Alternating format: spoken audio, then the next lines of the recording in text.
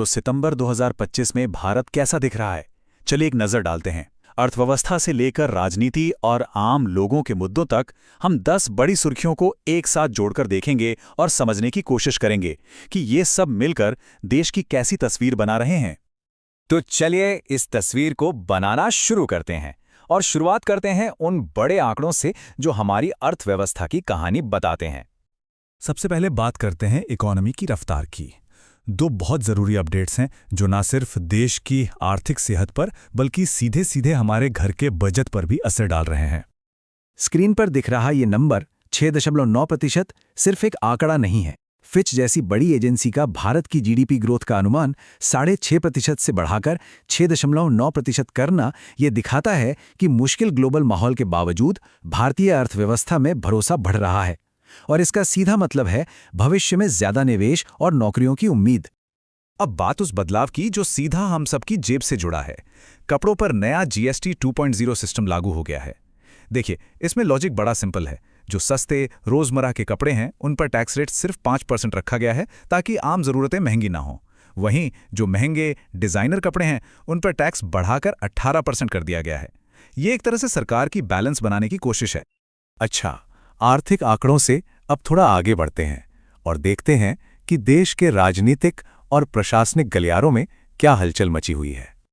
इस महीने देश के नेतृत्व में एक बहुत बड़ा और अहम बदलाव हुआ है, जिसके साथ ही देश की राजनीति में एक नया चैप्टर शुरू हो गया है।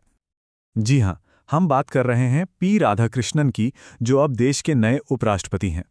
उनकी 452 वोटों की बड़ी जीत सिर्फ एक चुनावी नतीजा नहीं है, बल्कि ये मौजूदा राजनीतिक समीकरणों में एक मजबूत मैंडेट का भी संकेत देता है। अब राष्ट्रीय राजनीति से चलते हैं देश की राजधानी दिल्ली की ओर, जहां सरकार ने लोगों तक सीधे पहुंचने के लिए एक काफी अनोखी पहल शुरू की है। देखिए, इस सेवा पखवाड़ा का मॉडल काफी दिलचस्प है। ये 17 सितंबर से शुरू होकर अगले 15 दिनों तक चलेगा और कमाल की बात यह है कि हर दिन एक नई स्कीम लॉन्च की जाएगी। ये दिखाता है कि सरकार कितनी तेजी से काम करके अपनी योजनाओं को सीधा लोगों की जिंदगी से जोड़ना चाहती है। लेकिन सरकारी योजनाओं और राजनीति से परे आम लोगों के असली मुद्दे क्या हैं, उनका जुनून क्या है? चलिए अब जरा जमीनी हकीकत पर नजर डालते हैं। 3.5 मिलियन यानी 35 लाख, ये कोई छोटा मोटा आंकड़ा नहीं है। पंजाब में हाल में जो भयानक बाढ़ आई उससे इतने लोग सीधे तौर पर प्रभावित हुए। लगभग 1400 गांव इसकी चपेट में आ गए। ये हमें याद दिलाता है कि प्राकृतिक आपदाओं का असर कितना गहरा होता है। अब एक बिल्कुल अलग तरह के पब्लिक मोड की बात करते हैं। एशिया कप 2025 को लेकर सोशल मीडिया पर ये हैशटैग्स #BoycottInvaPak और #BoycottAsiaCup जबरदस्त ट्रेंड कर रहे हैं। ये साफ दिखाता है कि भारत और पाकिस्तान के बीच क्रिकेट सिर्फ एक खेल नहीं रह जाता, ये राष्ट्रीय गौरव और भावनाओं का मैदान बन जाता है। लोगों के जुनून से अब बात करते हैं उनकी कुछ बड़ी चिंताओं की। छात्रों और नौकरी की तैयारी कर रहे युवाओं के लिए एक ऐसी खबर आई है जिसने कई लोगों को निराश कर दिया है। सोचिए, एसएससी सीजीएल 2025 की परीक्षा, जिसके लिए हजारों उम्मीदवार महीनों शायद सालों से तैयारी कर रहे थे, उसे दिल्ली, गुरुग्राम और जम्मू जैसे बड़े सेंटर्स पर रद्द कर दिया गया है। ये उन सभी के लिए एक बहुत बड़ा झटका है जिनकी सारी मेहनत इस एक परीक्षा पर टिकी थी। तो अब तक हमने अर्थव्यवस्था, राजनीति और सामाजिक मुद्दों को देखा।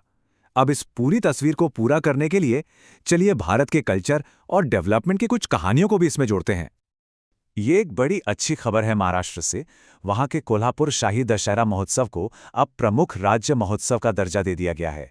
ये सिर्फ एक टैग नहीं है, ये दिखाता है कि सरकार क्षेत्रीय परंपराओं को राष्ट्रीय स्तर पर पहचान देने और उन्हें सहेजने के लिए कितनी गंभीर है। और त्योहारों की बात हो ही रही है, तो इसी महीने 28 सितंबर से 2 अक्टूबर तक देश के पूर्वी हिस्से से लेकर लगभग हर कोने में दुर्गा पूजा की धूम रहेगी। ये उत्सव आस्था और कल्चर का एक ऐसा संगम है जो पूरे देश को एक साथ ले आता है। और आखिर में विकास का एक बहुत अहम पहलू, कनेक्टिविटी। मिजोरम के सिरांग से दिल्ली के आनंद विहार तक एक नई राजधानी एक्सप्रेस शुरू हो रही है। अब यह सिर्फ एक नया ट्रेन रूट नहीं है, बल्कि ये नॉर्थ ईस्ट को सीधे देश के दिल से जोड़ने की दिशा में एक बहुत बड़ा कदम है। इससे व्यापार और लोगों के आने जाने के नए रास्ते खुलेंगे। तो ये 10 सुर्खियां मिलकर आखिर क्या कहानी कह रही हैं? देखिए, एक तरफ 6.9% की ग्रोथ रेट है और पूर्वोत्तर तक जाती नई ट्रेनें हैं जो एक आगे बढ़ते कनेक्ट होते भारत की उम्मीद जगाती हैं। तो वहीं दूसरी तरफ बाढ़ की तबाही है, परीक्षा रद्द होने से फैली निराशा है और सोशल मीडिया पर बहस है। ये वो चुनौतियां हैं जिनसे देश जूझ रहा है। ये तस्वीर दिखाती है कि भारत एक ही समय में कई अलग अलग सच्चाइयों को जी रहा है। सवाल बस यही है कि भविष्य में इनमें से कौन सी सच्चाई देश की दिशा तय करेगी।